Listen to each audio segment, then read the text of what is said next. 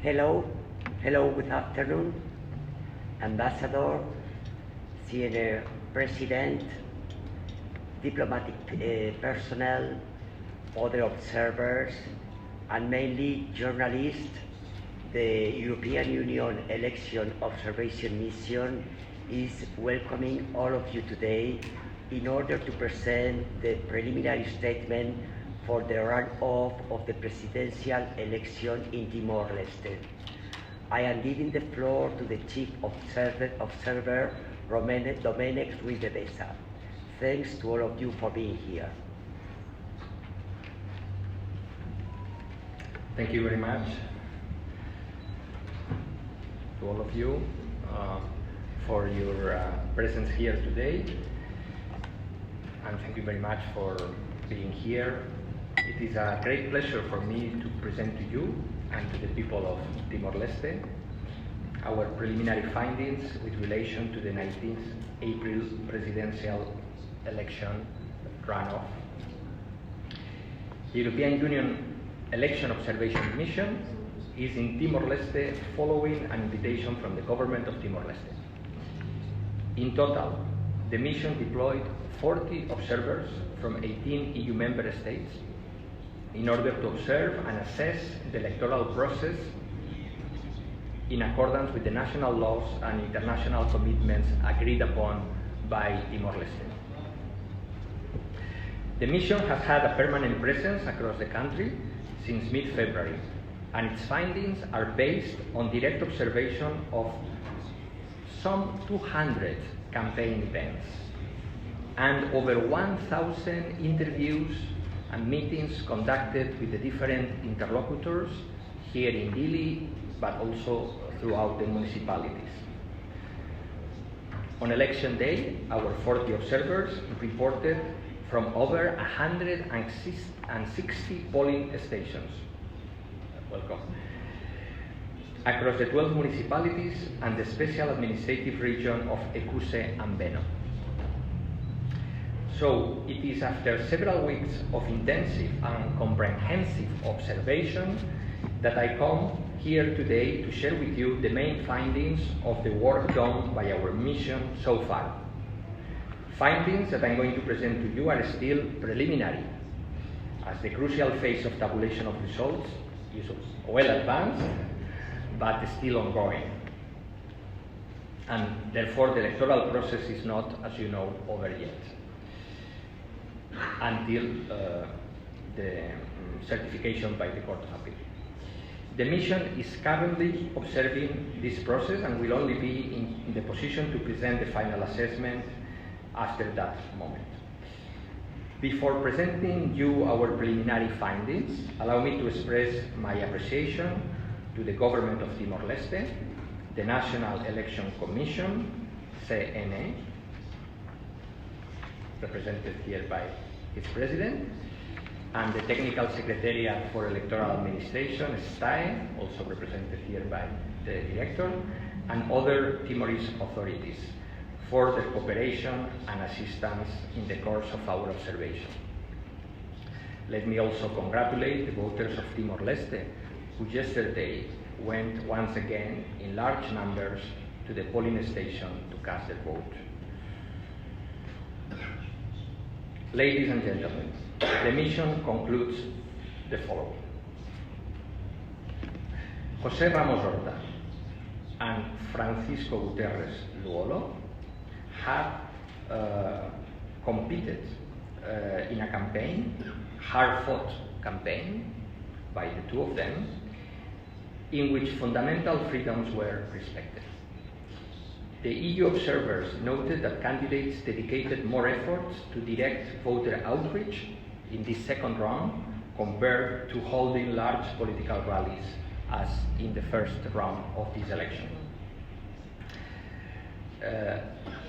Francisco Guterres Luolo built his campaign around the issue of government unity in coordination with Fretilin, Junto and PLP, whereas Ramos Horta, backed by CNRT and a broad alliance of political parties, focused mostly on the question of the constitutionality of the past years. Both candidates also promised new financial subsidies for the population and improved social programs. CNE and STAE were committed to transparent elections, and stakeholders were confident, largely confident, about their impartiality and professionalism. The electoral management bodies, in our view, showed expertise in implementing the elections and cooperated with electoral stakeholders throughout the entire process. Polling preparations were well administered by the electoral authorities, and election day was calm and orderly. EU observers visited 164 polling stations in 12 municipalities and the special administrative region of Ecuse and Beno. Overall, our observers assessed voting and counting processes either as good or very good in all observed polling stations and described the atmosphere as peaceful. The strong presence of candidate agents and national observers lent additional transparency to the process. The mission media monitoring did not detect paid advertisement on any of the monitored radio and television stations. Voter education spots were broadcast in the public Radio Televisión Timor-Leste, RTTL, starting 5 days before election day. RTTL TV provided equitable editorial coverage both to Francisco Guterres Luolo and José Ramos Horta, while private Grupo Media Nacional, GMN TV, continued to provide overwhelming featuring of José Ramos Horta in its coverage. The mission monitoring of candidates' Facebook pages, support pages, and political party pages revealed that the content generally received little user engagement and did not generate debates or significant changes. The two contestants appear to compete on a level playing field with similar campaign resources. Campaign finance rules are not, in our view, entirely in line with good practice, as they do not foresee limits for donations or expenditure, and there is no requirement to report in-kind donations.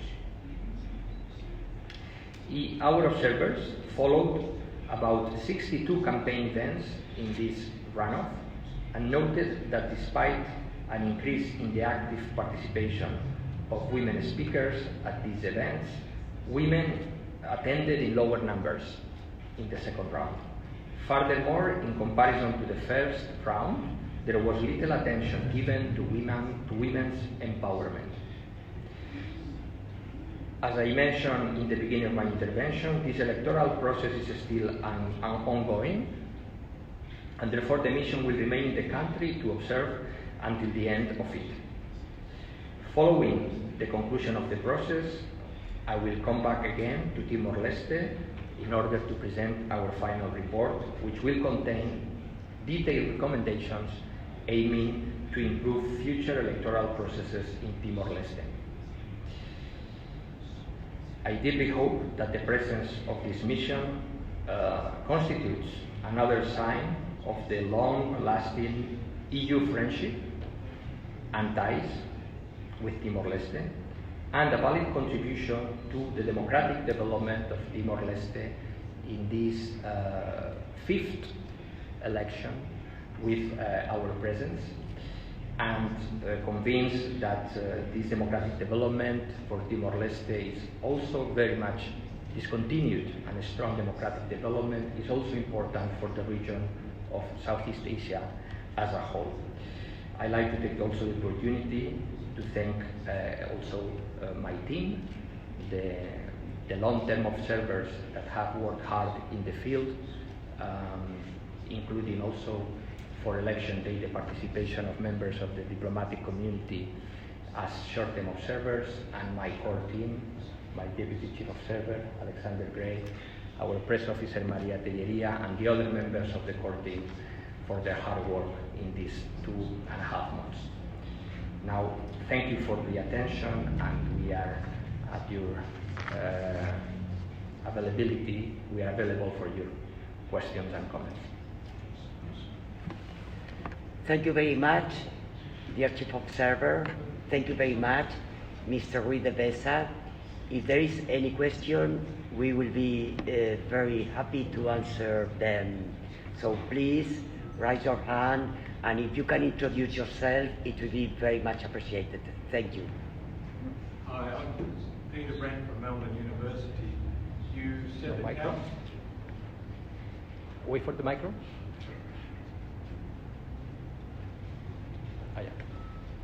Hi, I'm Peter Brent from Melbourne University.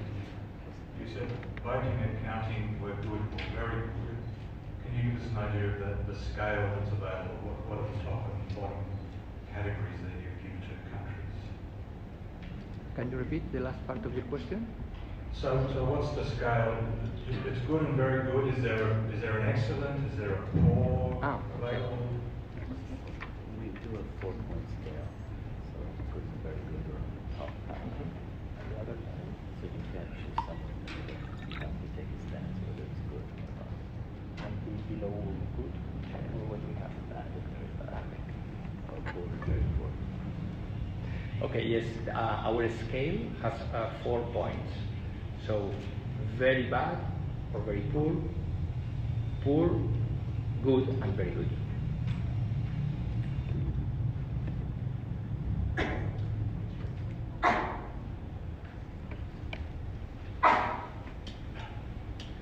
My name is Vicente Bobosi. I'm a local political observer and commentator. So, what's your assessment about the performance of our candidate during these 2 campaigns? My question is the same. How would you scale it? Thank you. Well, we don't assess the performance of the candidates in the campaign, but what is clear is that we have here 2 very prominent figures that have played, both of them, a very important role in the past 20 years. They have fought previous elections, presidential elections, both of them. And it's very clear they have fought a very hard campaign, and in a context, as I described before, that was calm, peaceful, high mobilization, high attempts at mobilization by the 2 campaigns. So I think this is the main conclusion as per the candidate's performance.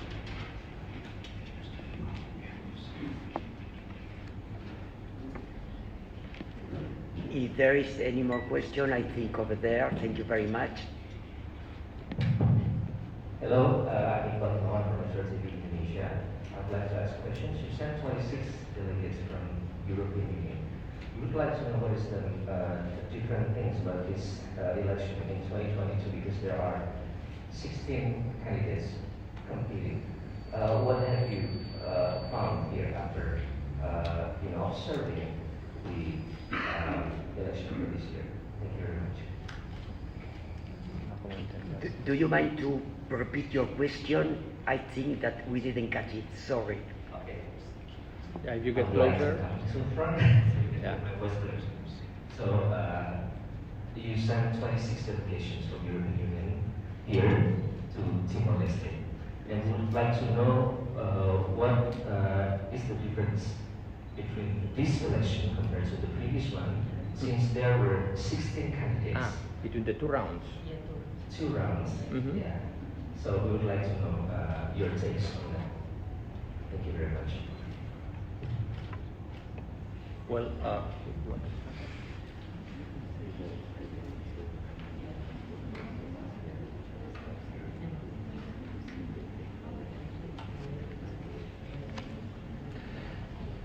Thanks again for the question. The first thing that we can say is compared with past elections, not only with the first round, it's the fifth electoral process that we observed as European Union, and clearly there is an overall improvement in each electoral process than in the previous one.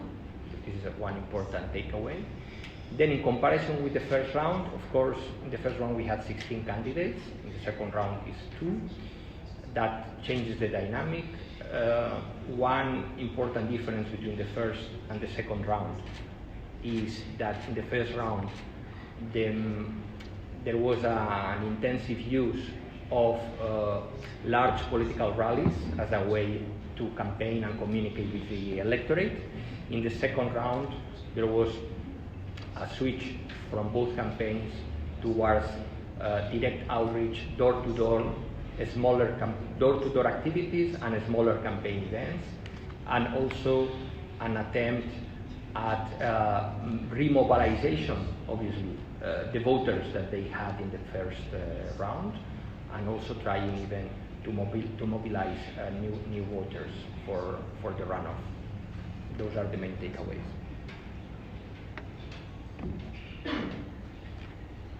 Anything else? Because sometimes it's difficult for seeing from here if there is any arm rise. No? I don't think so.